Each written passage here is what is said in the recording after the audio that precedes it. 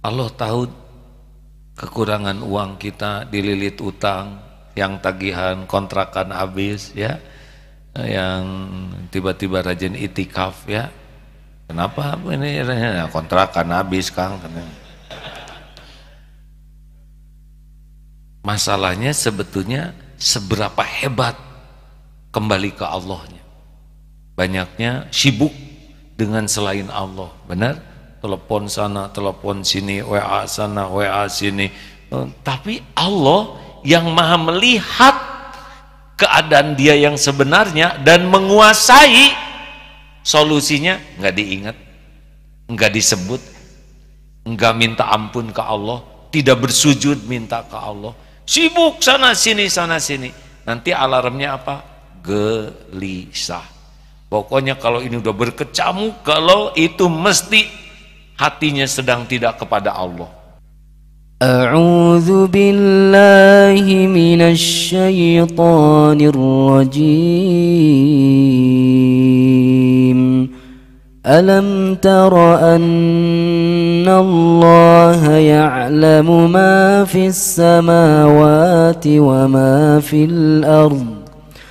ما يكون من نجوى ثلاثة إلا هو رابعهم ولا خمسة إلا هو سادسهم ولا أدنى من ذلك ولا أكثر إلا هو معهم أينما كانوا ثم ينبئهم بما عملوا يوم القيامة إن الله بكل شيء عليم.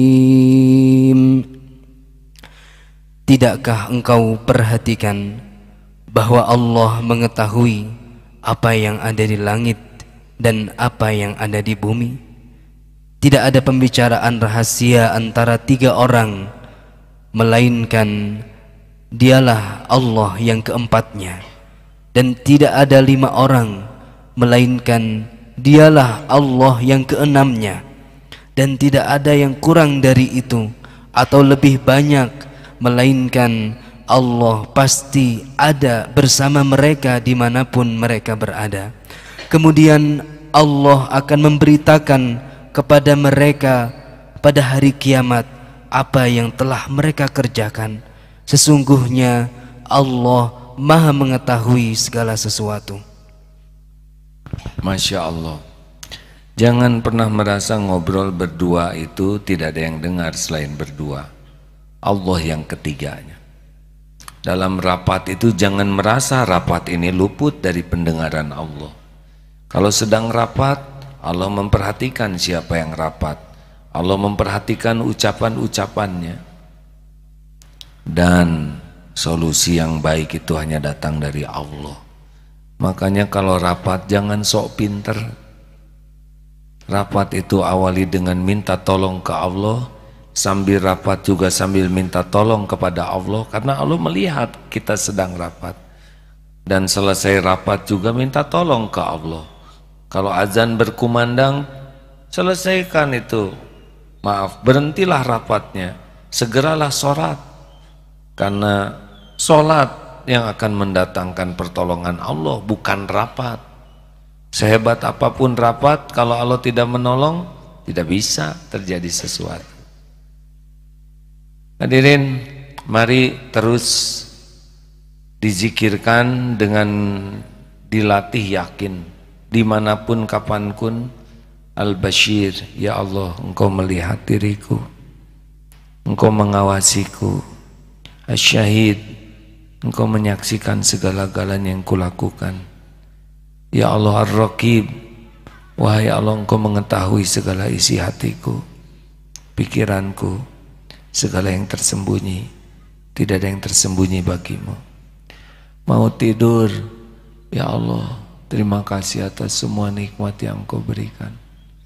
Engkau tahu hamba jarang ingat padamu. Astagfirullah. Engkau tahu maksiat yang dilakukan sepanjang hari ini. Astagfirullah. Engkau tahu semua kebohongan-kebohongan. Astagfirullah. Ya Allah, minta dibangunkan, mintalah ke Allah. Ya Allah, bangunkan saya jam 3. Saya ingin tahajud. Kau pasti mendengarkan. Tidak usah nepuk-nepuk bantal 3 kali, tidak ada kaitan. Nggak ngepek, hadirin. Set alarm jam 3. Jangan heran, jam 3 kurang 5 bangun. 5 menit lagi tidur aja.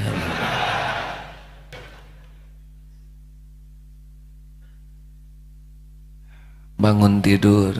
Wahai yang Maha Menatap, terima kasih. Alhamdulillahilladzi ahyana ba'dama amatana wa ilaihin nusyur. Alhamdulillah saya masih hidup ya Rob. Allah pasti mendengar bisikan kita. Masih bisa melihat. Alhamdulillah saya mendengar ayam berkokok. Karunia Allah tuh hadirin. Pas bangun ya Rob, alhamdulillah saya bisa bangun. Nafas, alhamdulillah bisa nafas gratis, tidak pakai oksigen. Berapa banyak yang bangun pakai oksigen? Pegang kasur, ya Allah kasur teh empuk. Berapa banyak yang tidak punya kasur? Pergi jalan ya Rob, alhamdulillah saya bisa jalan. Allah tahu itu. Kita nyebut alhamdulillah tuh Allah mendengar, Allah melihat. Kita terus menerus menyebut namanya, kejeduk, astagfirullahaladzim ya Allah. Dasar jidat maksiat, sering mikir ampun ya Allah, ampun, ampun. Pernah ada suatu saat, ini kisah nyata, bapak-bapak mau tahajud padahal malam-malam masuk ke musolanya, pas sujud apa nih, empuk dingin. Rupanya lagi flu, beliau kurang peka hidungnya. Ternyata kucing hadirin setor di sana. Tapi si bapak ini mikir, astagfirullah, selama ini saya pikiran kotor dan zolim ke kucing. Kucing lapar nggak dikasih makan, ada suka ditakut-takutin pakai sapu. Cek kucing lah, cuman minta asin dikit nih ngancam pakai sapu gitu, dilempar pakai sepatu. Si bapak ini nangis, nggak bisa apa-apa tuh dikasih ucing di sini hadirin. Ya Allah, astagfirullah. Begitu kalau ada kejadian tuh, mau masuk ke toilet, Allah tahu kita masuk ke toilet. Mau wudhu, alhamdulillah ya Allah, terima kasih. WC-nya dekat. Gimana yang nggak punya WC, betul? Ada air, gimana yang nggak punya air? Masya Allah, selesai wudhu, jangan suka nyepak-nyepak tempat ini ya, sajadah emang ujungnya ngelipet pakai kaki deh.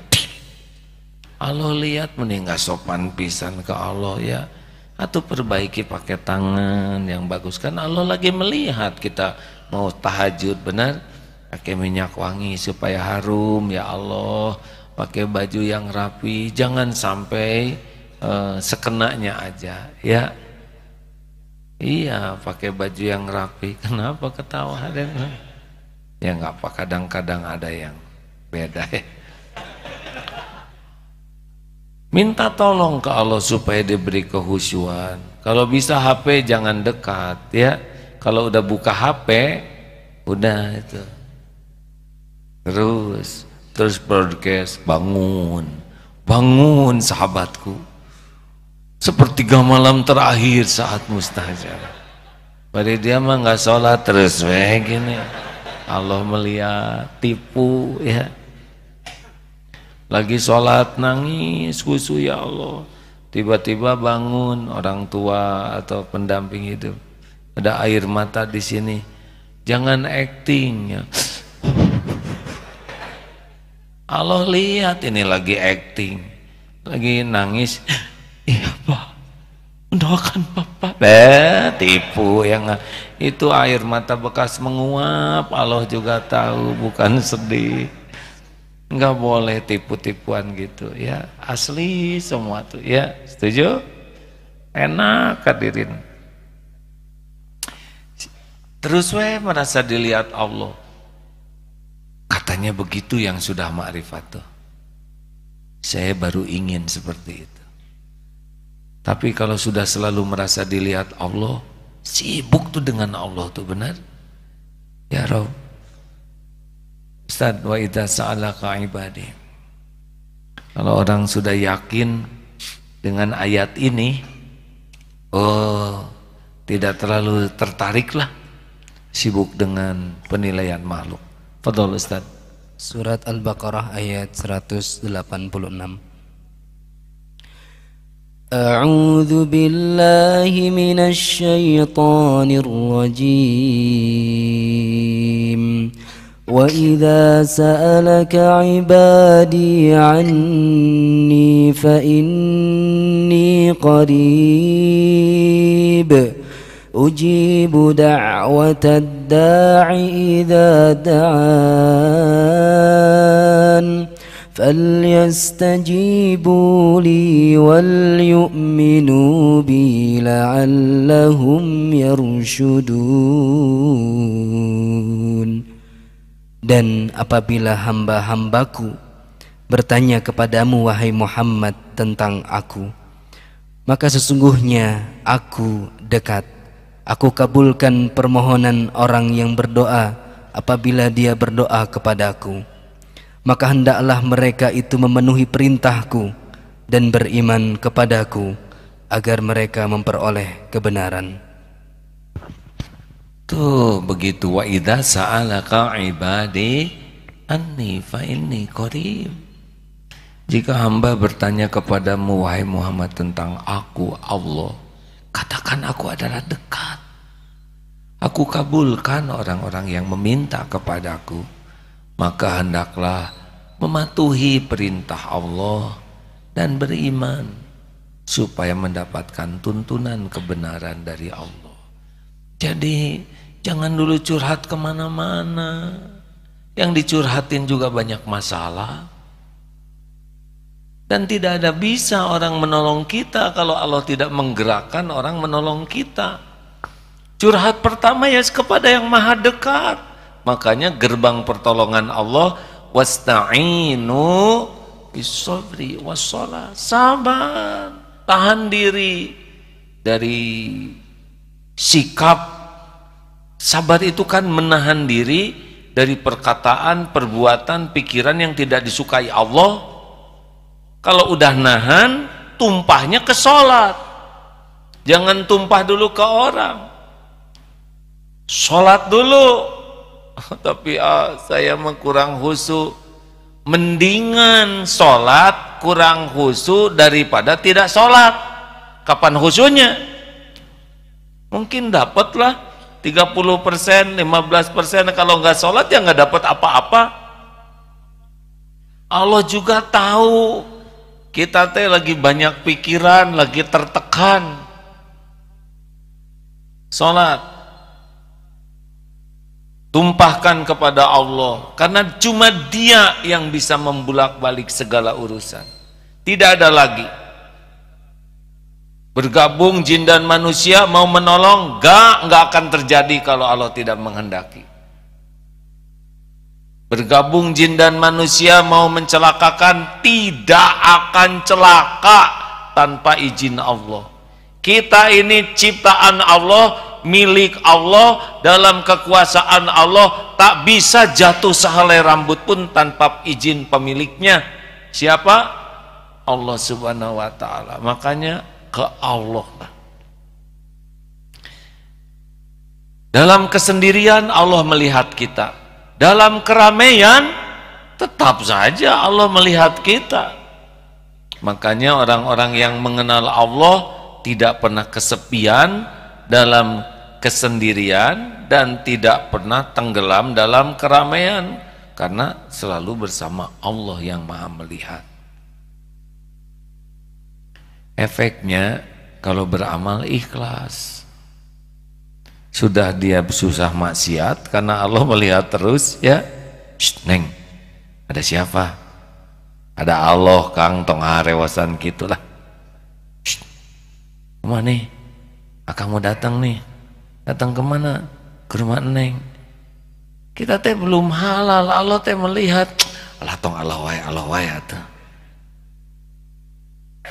Kang, kalau Akang ngomong kayak gitu berarti terkabul istiqoroh saya. Memangnya apa istiqorohnya? Ya Allah, kalau ini calon suami saya yang Engkau ridhoi, yang mengajak kepadamu, maka mudahkan. Kalau ini calon suami menjauhkan saya darimu, maka jauhkan. Jawaban Akang itu adalah jawaban istiqoroh. Jelas sekali Akang teh ngejauhkan saya dari Allah Subhanahu wa taala. Punten Kang, mau saya blok nomornya ya. Neng, ngepek atas di blok. Kenapa jadi pada stres gini? Takut di blok ya kan? Yang stres yang kesini ngebonceng si dia ya kan? Allah kumaha atuh ah. Kalau pulang saya bonceng lagi nanti dilihat Allah. Apa saya turunkan aja? Tapi nanti ada temen yang ngebonceng lebih stres.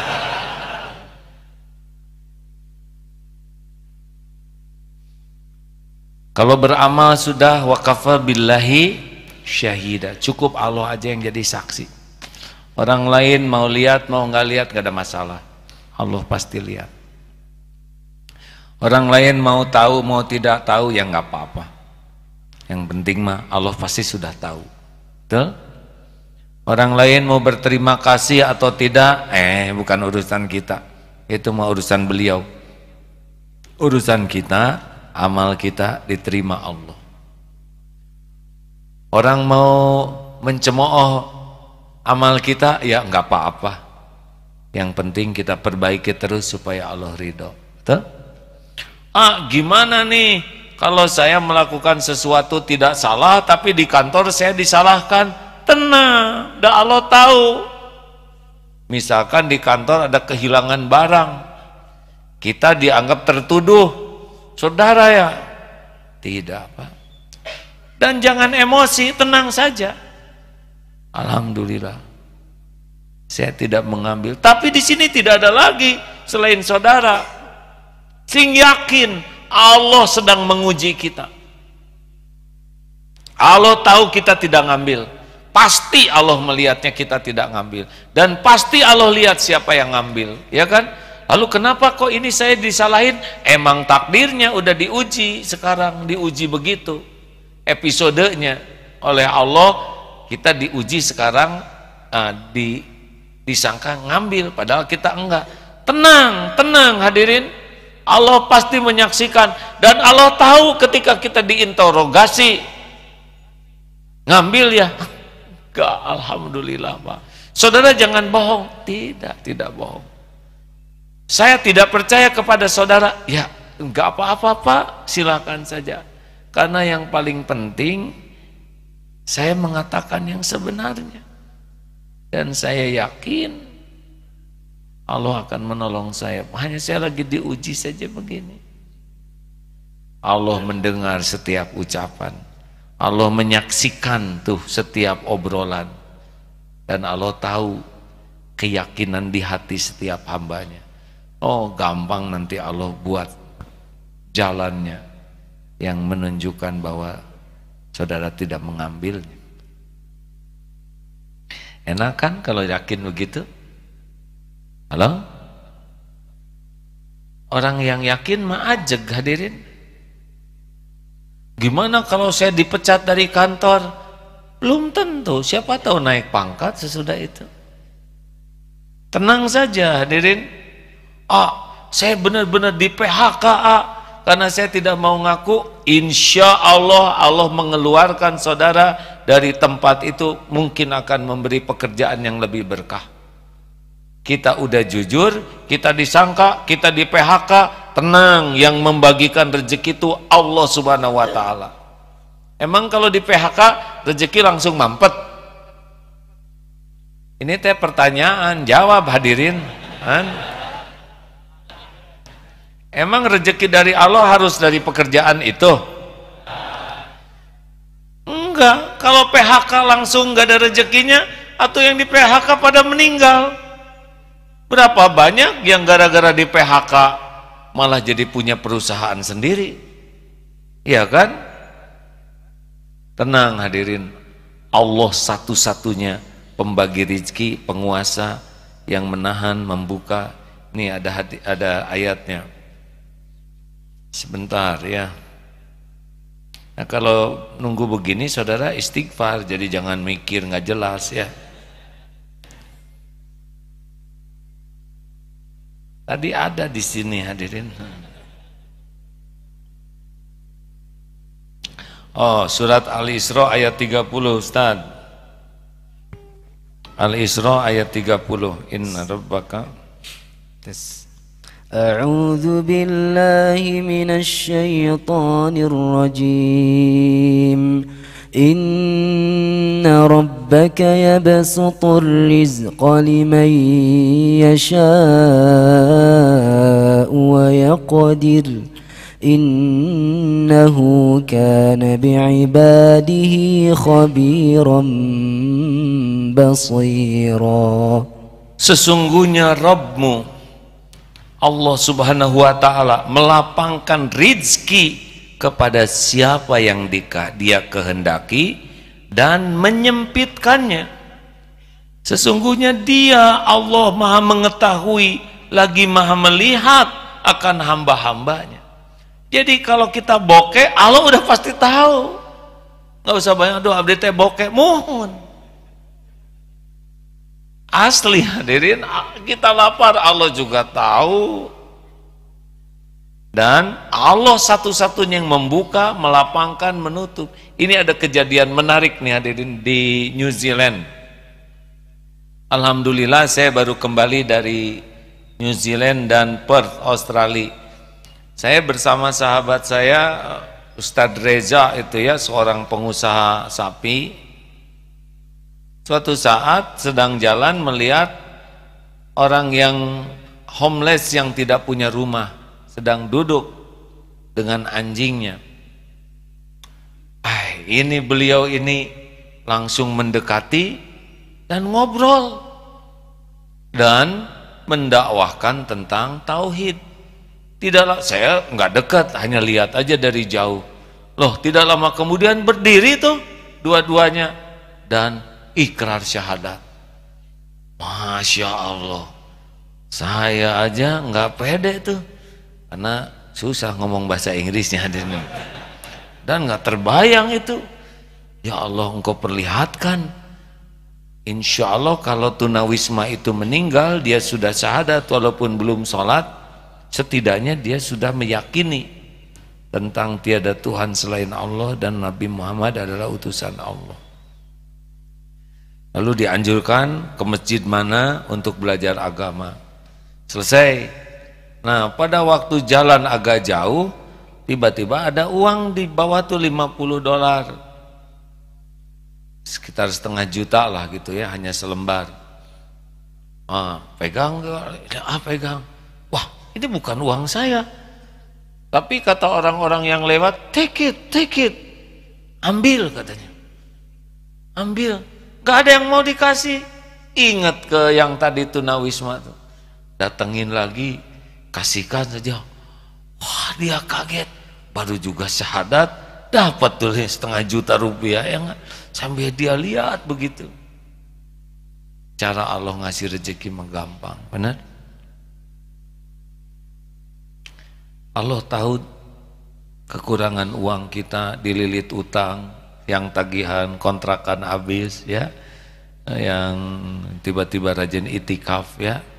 Kenapa ini kontrakan habis Kang? Masalahnya sebetulnya seberapa hebat kembali ke Allahnya. Banyaknya sibuk dengan selain Allah, benar? Telepon sana, telepon sini, WA sana, WA sini. Tapi Allah yang maha melihat keadaan dia yang sebenarnya dan menguasai solusinya, nggak diingat, nggak disebut, nggak minta ampun ke Allah, tidak bersujud minta ke Allah, sibuk sana sini. Nanti alarmnya apa? Gelisah. Pokoknya kalau ini udah berkecamuk, kalau itu mesti hatinya sedang tidak kepada Allah. Makanya kalau kita udah tidak tenang, berhenti banyak mikirnya, banyak istighfar saja. Kalau udah galau, mikir ini buntu, mikir itu buntu, berhenti aja mikirnya. Zikir saja yang banyak. Fadhkuruni adzkurkum. Kan ada yang mikir teh nggak beres dengan mikir, benar? Malah bingung, tertekan. Udah berhenti aja dulu mikirnya. Mending zikir, istighfar. Nanti Allah akan kasih ketenangan, Allah kasih kejernihan berpikir, Allah kasih solusinya. Jangan sok pinter, udah bodoh, segala dipikir, stres. Bagaimana definisi stres? Kebanyakan mikir, kurang zikir. Harusnya berarti baru datang nih yang jawab, harusnya banyak zikir, kurang mikir. Salah hadirin. Harusnya tiap mikir jadi zikir. Alhamdulillahirabbil alamin. Hadirin, kalau suatu saat enggak.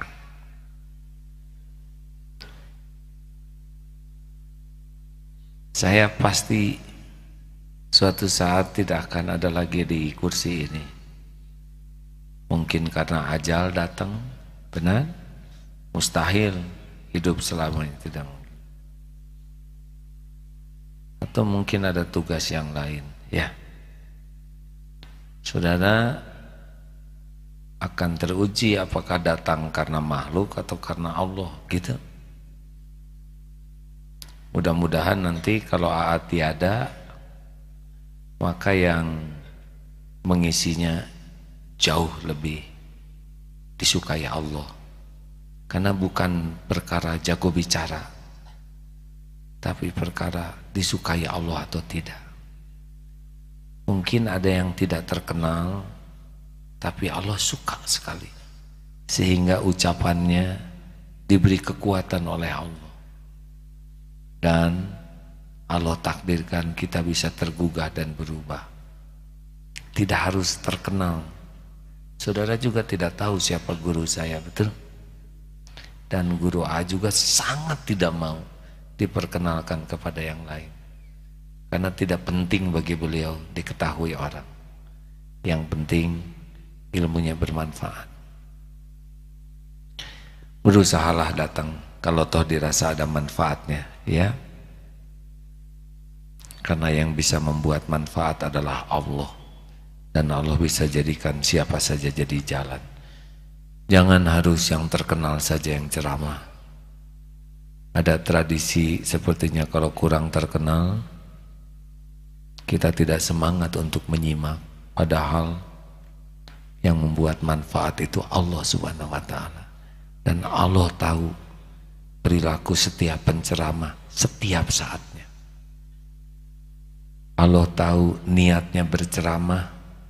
Allah tahu apakah dia mengamalkan atau tidak yang dia ceramahkan, ya? Dan Allah tahu apakah ceramahnya itu untuk nyari dunia atau cari kedudukan di sisi Allah. Allah tahu semuanya. Nah, ada orang-orang yang ikhlas, tulus, dan tidak harus lama ceramah tuh. Kadang-kadang hanya beberapa patah kata saja bisa membuat kita berubah. Jadi kalau suatu saat tidak ada lagi di sini, baik sementara ataupun selamanya, kalau toh ada manfaatnya tempat ini, datang saja. Siapa tahu bisa lebih mencintai Allah. Terima kasih hadirin sekalian.